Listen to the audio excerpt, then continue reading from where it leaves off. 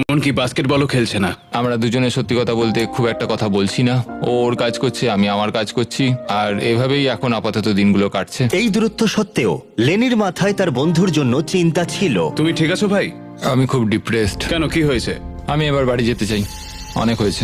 যদিও এখনো চ্যালেঞ্জের অর্ধেকটাই বাকি ছিল, কিন্তু ইয়েন কুইট করার কথা ভাবছিল। ওহ ভাই, আমার বাড়ি যেতে ইচ্ছা করছে।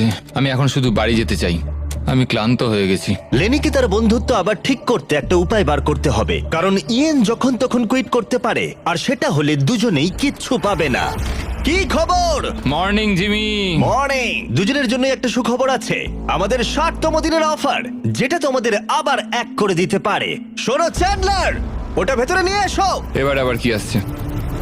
ও, একটা টিভি। এটা দেখো একবার। আমি জানি এই টিভিটা পুরনো, কিন্তু এই প্রিজনে এটার মূল্য অনেক। আর এখানে কিছু সিনেমাও আছে যেগুলো তোমরা আগামী 40 দিন দেখতে পারবে। এই সিনেমাগুলো তোমরা কি 50-এর